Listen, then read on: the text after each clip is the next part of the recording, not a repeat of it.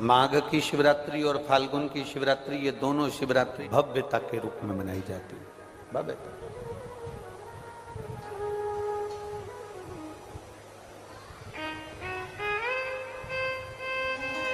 दुनिया के लोग कहते हैं कि शिवरात्रि के दिन भगवान शंकर की पार्वती जी के साथ शादी हुई, ये दुनिया के लोग कहते हैं। पर यदि जिसने शिव पुराण की कथा अगर अच्छे से सुनी हो और पढ़ी हो, तो शिव जी की शादी की जो तारीख है वो ये नहीं है। हमने पहले भी उसका वर्णन किया। भगवान देवाधिदेव महादेव के विवाह की जो तारीख है वो वैशाख शुक्ल पंचमी, शुक्ल पक्ष की वैशाख के महीने में जो पंचमी पड़ती है, उस दिन भगवान शंकर और पार्वती जी का विवाह हुआ था। ये जो शिवरात्रि है, ये विवाह की रात्रि नहीं है। ये शिवरात्रि ब्रह्मा और भगवान विष्णु ने भगवान शंकर को पहचानने के लिए पृथ्वी पर भगवान शंकर के प्रथम शिवलिंग को प्रकट करा था। तो ये शंकर जी के जन्म की शिवरात्रि है, प्रागट्य की शिवरात्रि।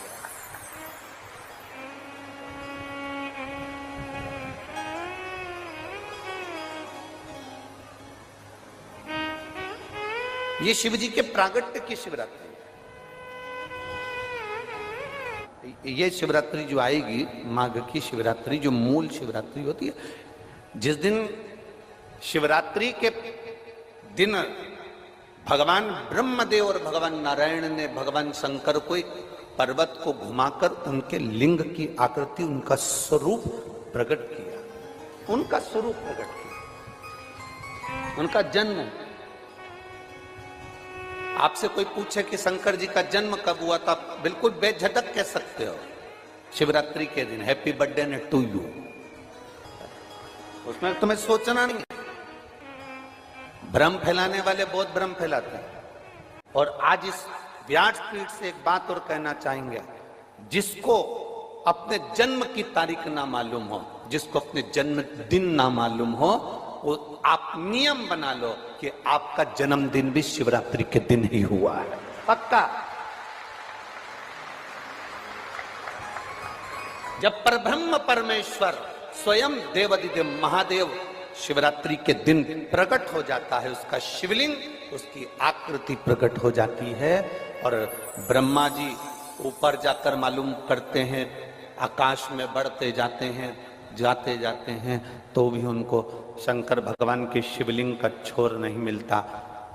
भगवान नारायण नीचे की ओर बढ़ते चले जाते हैं, पाताल की ओर, और उनके चरण नहीं मिलते, तब हार जाते हैं कि शंकर को पहचानना कठिन है।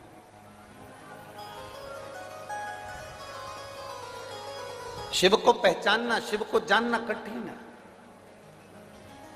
बहुत कठिन। जैसे शंकर को पहचानना कठिन है, जैसे शिव को पहचानना कठिन है, उसी तरह कोई संत को, कोई गुरु को, कोई सतगुरु को पहचानना कठिन। शिवरात्रि के दिन जो बड़ी शिवरात्रि होती है, माघ महीने के अंतर्गत जो आती है, ध्यान है आप लोगों को? उस शिवरात्रि के दिन सबसे ज्यादा जरूरी क्या होता है चढ़ाना? एक बेर। क्या जरूरी है?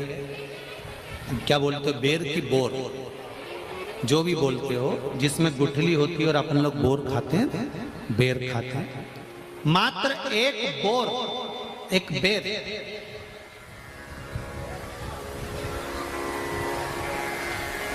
महाशिवरात्रि के दिन समर्पित किया जाता है। क्यों करते हैं? कि घर में जितने सदस्य रह रहे हैं, उतने सदस्य को जिंदगी में कभी कोई ऐसी बीमारी ना हो, और हमारे घर में रहने वाले सदस्य की अकाल मौत ना हो।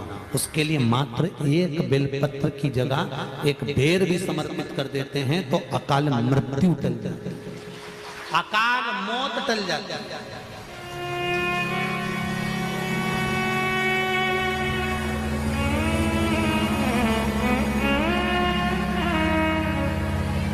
12 महीने शिवरात्रि आती है, जिसको 12 मासिक शिवरात्रि कहते हैं।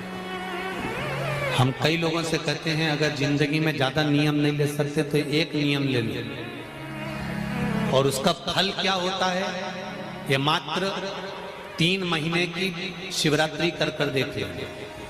केवल 3 महीने की शिवरात्रि, ज्यादा कुछ नहीं कर सकते। हर महीने शिवरात्रि आती है। प्रत्येक शिवरात्रि के दिन 3 जगह पर दिया लगाना प्रारंभ कर दो। पहला, बेलपत्री के वृक्ष के नीचे।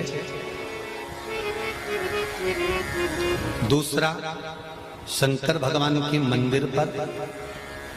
तीसरा, आंवले के वृक्ष के नीचे। केवल ये 3 जगह पर दिया लगाना चालू कर दो। कौन से दिन?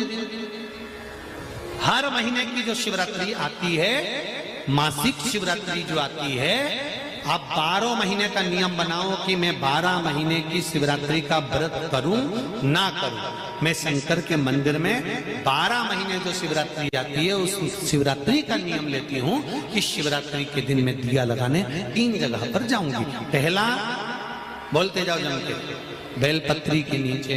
दूसरा, शंकर भगवान के मंदिर में या शिव मंदिर की चौखट पर। तीसरा, आंवले के वृक्ष के नीचे। ये 3 जगह पर आप प्रणाम कर कर, झोली पसार कर बाबा देवाधिदेव महादेव, माता लक्ष्मी और पार्वती के नाम से दिया लगाना प्रारंभ कर दीजिए। 3 महीने की शिवरात्रि पूरी हो, ये निश्चित है अगला पत्र आपका इस जगह पर मिलेगा कि बाबा ने मेरा ये कार्य किया। शंकर जी को शिवरात्रि पे क्या चढ़ाया जाता है? बेर। कितने बेर चढ़ाते हैं? शंकर जी को शिवरात्रि पर कितने बेर चढ़ते हैं? हर शिवरात्रि का एक। 12 महीने में कितनी शिवरात्रि आती हैं? 12 बेर शिव जी को समर्पित होते हैं शिवरात्रि के दिन। काय के लिए चढ़ाए जाते हैं? एक एक बेर का क्रम है। पहला बेर शंकर जी को जब चढ़ाते हैं तो वो वंश की वृद्धि करता है। दूसरे नंबर का बेर जब चढ़ाते हैं वो संपदा प्रदान करता है। तीसरे नंबर का बेर चढ़ाते हैं वो बच्चों को बुद्धि प्रदान करता है। चौथे नंबर का बेर जब शिव जी को समर्पित करा जाता है शिवरात्रि के दिन, वो घर में से रोग धोक बीमारी को हटाता है। 5वें नंबर का जो बेर शिव जी को समर्पित करा जाता है वो हमको रोगों से मुक्त करता है। 6ठे नंबर का बेर अटके हुए काम को बनाता है। 7वें नंबर का बेर हमारे कोई कार्य नहीं हो रहे उन कार्यों को सफलता की ओर ले जाता है। 8वें नंबर का बेर हमारे घर में कुछ खुशियां लेकर आता है। 9वें नंबर का बेर हमारे घर में वैभव को प्रदान करता है। 10वें नंबर का बेर हमारे घर में संपदा देता है। 11वें नंबर का बेर व्यक्ति को एकादशी के फल के बराबर पुण्य प्रदान करता है। और 12वें नंबर का बेर व्यक्ति के जीवन को सौभाग्यमय बनाता है, नारी को अखंड सौभाग्य प्रदान करता है। 12 महीने शिवरात्रि आती है। हर महीने का एक बेर, एक शिवरात्रि का एक बेर भगवान शंकर को 12 महीने का इकट्ठा कर कर एक मूल शिवरात्रि के दिन शिव को समर्पित करना चाहिए। जीव को अखंड सुख की अनुभूति होती है, अखंड सुख। शिवरात्रि का प्रसंग कहता है अपने मन की अभिलाषा रखकर तुम्हें जो चाहिए, एक काली मिर्ची और तिल्ली के, काली तिल्ली के 7 दाने। एक काली मिर्ची और तिल्ली के, काली तिल्ली के कितने दाने? 7 दाने हथेली में रखकर अपनी कामना कर कर मन से अपने मन के बात को कहकर शंकर भगवान के शिवलिंग पर चढ़ा दीजिए। आपकी मनोकामना, कहते हैं हर महीने शिवरात्रि आती है, इस शिवरात्रि पर, मुख्य शिवरात्रि पर चढ़ाओगे, अगले महीने की जब शिवरात्रि आएगी तो आपकी मनोकामना पूरी हो जाएगी। एक काली मिर्ची और 7 काली तिल्ली के दाने, मात्र 7। महाराज, जिसके घर में क्लेश रहता हो, बहुत ज्यादा लड़ाई झगड़े हो रहे हैं, सास बहू के झगड़े, ना बहू कुछ सुनने को तैयार ना सास सुनने को तैयार, और घर में बेचारे पुरुषों की आफत। यहाँ भाई भाई झगड़ रहे हो, सास बहुएं झगड़ रही हो, कुछ मत करिए। गेहूं की बाली को तोड़ो।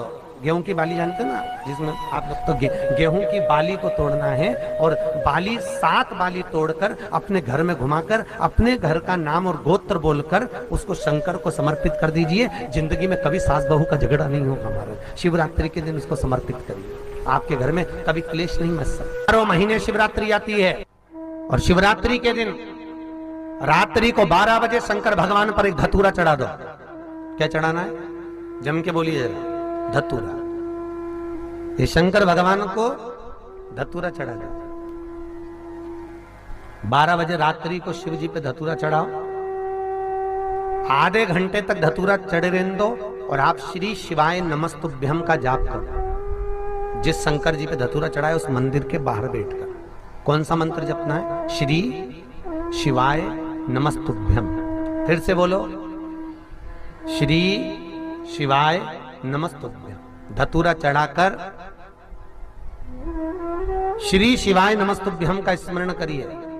और जो दुकान नहीं चलती हो, घर में लक्ष्मी नहीं टिकती हो, खेत में फसल अच्छी नहीं आती हो, संपदा नहीं आ रही हो, बस उस धतूरे को लाल वस्त्र में बांधकर अपनी दुकान में, अपने व्यापार में, अपने घर में रात को 12:30 बजे उठाकर लाओ और 4 बजे के पहले उसको अपनी दुकान, व्यापार, व्यवसाय में उसको बांध दीजिए।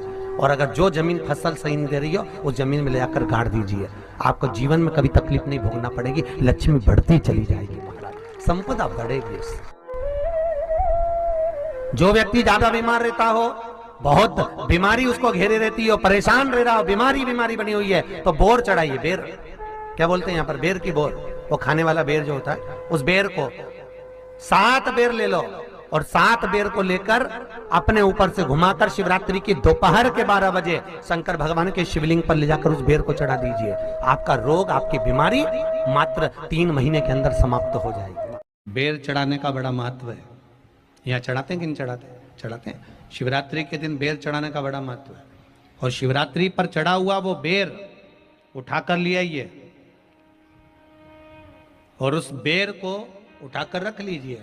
मान लो किसी को उदर से जुड़ी हुई जब तकलीफ रहती है, पेट से जुड़ी हुई तकलीफ रहती है, पेट से जुड़ी हुई कोई भी प्रॉब्लम हो, अगर पेट से जुड़ा हुआ कोई भी रोग आपको लग गया और डॉक्टर की दवाई चल रही है, सारी औषधि चल रही है, जो शिवरात्रि पर आपने बेर चढ़ाया है वो बेर अगर आपके यहां रखा हुआ है, वो बेर उस रोग वाले व्यक्ति को खिला दीजिए।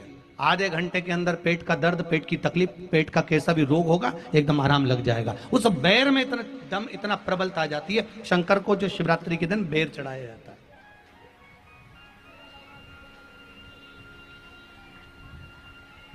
भगवान शिव पर समर्पित हुआ वो बेर का इतना महत्व महाराज।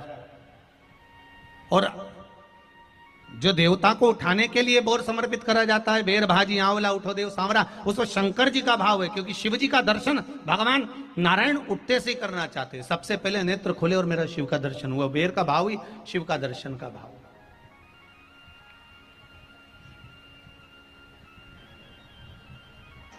कितनी बड़ी औषधि होगी बेर के अंदर, जरा देखिएगा कि मेरे राम जी शबरी अम्बा के दरवाजे पर पहुंचे।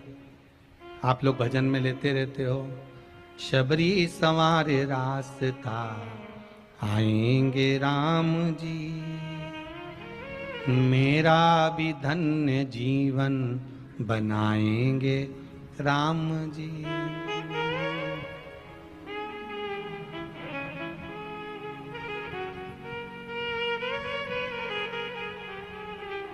और बागों से चुन चुन के वो लेकर आई बेर की टोकरी। खट्टे हो चाहे मीठे हो पाएंगे राम जी, मेरा भी धन्य जीवन बनाएंगे राम जी। शबरी ने राम जी को बेर दिए, राम जी ने बेर खाया, प्रेम से खाया। याद आया पीछे लक्ष्मण खड़ा है, राम जी ने लक्ष्मण को बेर दिए, ले लक्ष्मण ये बेर खा ले। लक्ष्मण जी ने बेर लिए, लक्ष्मण जी ने बेर को देखा तो वो शबरी अम्बा अपने मुंह से झूठा करके दे रही है। लक्ष्मण जी ने बेर लिया, पास में रख लिया, फिर लिया, फिर रख लिया। सबरी जी राम जी को बेर दे, राम जी लक्ष्मण जी को बेर दे, लक्ष्मण जी वो बेर लेके पीछे फेंकते जाए, उठाए फेंका, उठाया फेंका, उठाया फेंका। अब कोई लक्ष्मण साधारण है? जब भगवान राम विष्णु हैं, लक्ष्मण शेषनाग हैं, शेषनाग अगर कोई चीज फेंकेगा तो क्या पास में फेंकेगी? उठाया फेंका, कोसों दूर जाकर गिरा। और वो बेर कब काम आया? जब लक्ष्मण जी को शक्ति लगी, बाण लगा, लक्ष्मण जी मूर्छा होकर जमीन पर पड़े, सुषेण वेद को बुलाया और वेद से बुलाकर पूछा कि लक्ष्मण कैसे उठेगा? तो कहा संजीवनी लेकर आओ। संजीवनी लेने के लिए भेजा।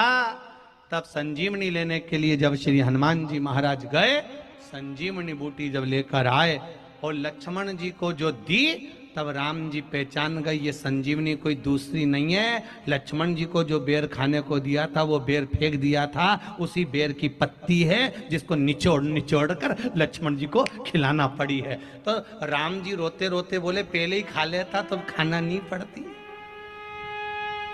लगे तो खाया ही।